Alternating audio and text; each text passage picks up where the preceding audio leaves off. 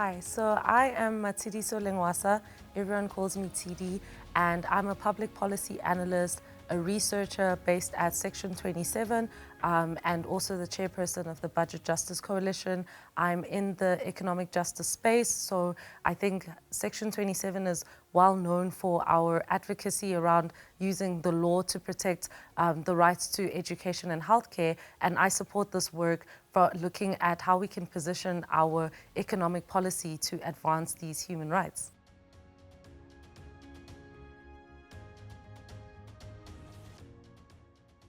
So I actually think that this career chose me. So ever since I grew up in Emalahleni Witbank, which is so dear to my heart because it's made me who I am today. But there are a lot of socioeconomic problems. And as a teenager, I just always thought that we could solve these problems. And I actually wanted to become a chartered accountant so that I could become a CFO of one of the large mining companies so that I could go back and change or move the profit needle to also incorporate or foreground human rights. And then I went to WITS, I went to university with that thinking. But when I went there was also the fees must fall protests, and it exposed me to some of the socio-economic challenges that extend beyond my community, so across the country. And in that, us as students, we came together to come up with a model to solve these problems. So using our budget to actually solve the higher education crisis. And it was then when I was in the room for the first time with fiscal policy makers, and I knew then that I would love to do that. I would love to I have so many opinions about how we should be spending our money, and I think that it's underutilized, like how we spend money and our fiscal policy in solving our complex social problems in our community. And yeah, that's what's brought me here today.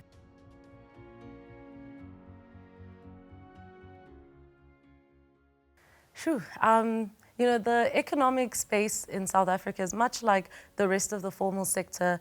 There's so many barriers to entry, first of all, but also just staying in the sector is quite challenging being a young Black woman. And so when you're in the space, even though, many of us who are in the space, like we've earned our rights to be there and to shape the policy in our country, but there's still that look or the mistreatment of being treated as though, or not regarded our contributions as significant until everything falls apart, and then we're seen as we should clean up the mess and be brought in to clean up the mess after everyone else has had their chance at shaping the policy. And so it then reinforces that gendered norm that, us as Black women, like we clean up after everything. It's an extension of the work that we already do in our society. And so that has been a huge challenge, being taken seriously as a young Black woman in the space. But I'm hoping that in the same way that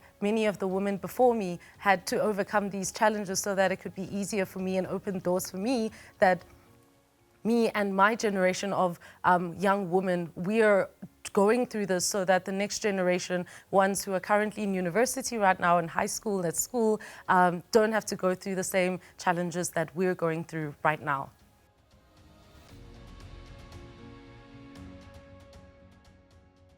Yeah, so overcoming inequality is something that I'm very passionate about because I think that it's our generational call as young people, as our generation, the so-called born frees. And I think that the way that we do that is to not use the same way of thinking and the same way of policy making that caused the problems in the first place.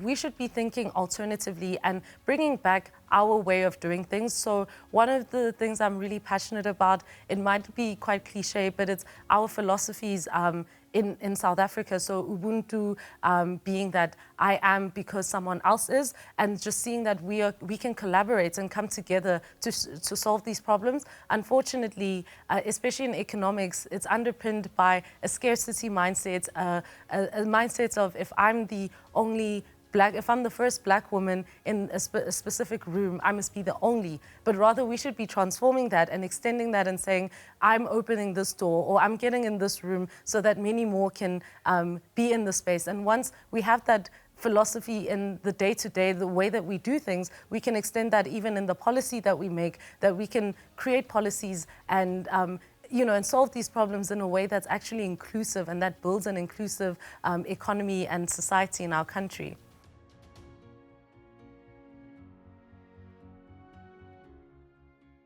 So first of all, I encourage as many women to be part of the space because we're still deeply underrepresented. Our economy is still deeply untransformed, unfortunately. And when you are getting into the space, I know there's so many barriers and so many hurdles before you even get into the room. But once you are in the room, please just take pride in who you are and where you come from. There's a lot of messaging that makes us that tells us that we should be ashamed or it is a setback being a woman, but actually we should take ownership of our lived experiences, our experiences with policy, our experiences using public health care, our experiences in the school system, our experiences, in social protection. That's actually our lived experience is what's needed. Once you can take pride and stand firm and stand strong in our experiences, we could actually influence and shape policy in a way that reflects the experience, that reflects the lived realities of people in this country. So really, I just encourage young women who are in the space and who want to be in the space to really just take pride in who we are and stand strong in that, because that's what we need right now.